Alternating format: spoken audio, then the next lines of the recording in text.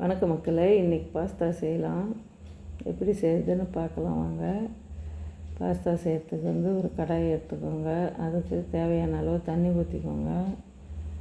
தண்ணியில் கொஞ்சம் உப்பு, எண்ணெய் ஒரு ஸ்பூன் அளவு ஊற்றிக்கோங்க. பாஸ்தா ஒன்றோடு ஒன்று ஒட்டாது வரும். நல்லா தண்ணி கொதிக்கிட்டுங்க.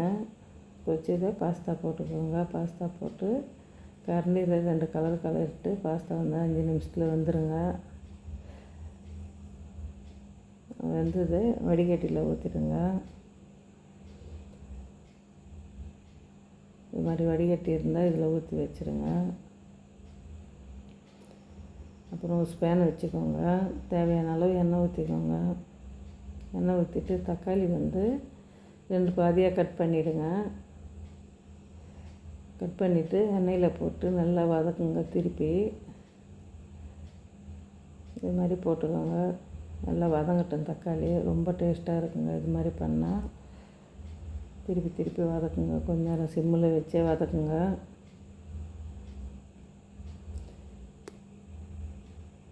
இந்த அளவுக்கு வந்தால் போதுங்க. மிக்ஸி ஜாரில் போட்டுக்கோங்க. அதே பேனில் பொடிசாக பூண்டு கட் பண்ணிக்கோங்க. வெங்காயம் கட் பண்ணி வச்சுக்கோங்க. இன்னும் கொஞ்சம் தேவையான அளவு எண்ணெய் ஊற்றிக்கோங்க. இந்த பூண்டு போட்டு நல்லா வதங்கட்டும். அப்புறம் வெங்காயம் போட்டுக்கோங்க. நல்லா வெங்காயம் போட்டு வதக்குங்க. வெங்காயம் நல்லா வதங்கட்டும். இன்றைக்கி நான் கேரட்டு, குடமிளகா தாங்க எடுத்துருக்கிறேன். கேரட்டு போட்டு வதங்கட்டும். அப்புறம் குடமிளகா போட்டுக்கோங்க. தண்ணியே ஊற்றக்கூடாதுங்க. குடமிளகா போட்டு வதங்க கீரி வச்சு பச்சை மிளகா போட்டுக்கோங்க. தக்காளியில் சீஸ் போட்டுக்கோங்க. வெறும் மிளகாத்தூள் போட்டு மஞ்சத்தூள் போட்டு நல்லா பேஸ்ட்டாக அரைச்சிக்கோங்க. அதை அரைச்சதை எடுத்து ஊற்றிடுங்க. அந்த பேனில் நல்லா வதங்கட்டும். தண்ணி மட்டும் ஊற்றாதீங்க. தேவையான அளவு இன்னும் கொஞ்சம் உப்பு போடுங்க. ஏற்கனவே பாஸ்தாவில் போட்டு இருக்கிறோம்.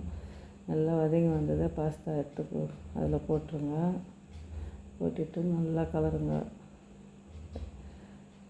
பாஸ்தா சூப்பராக இருக்குங்க. இது மாதிரி கலரிட்டோம்னா லாஸ்ட்டில் கொத்தமல்லி போடுங்க.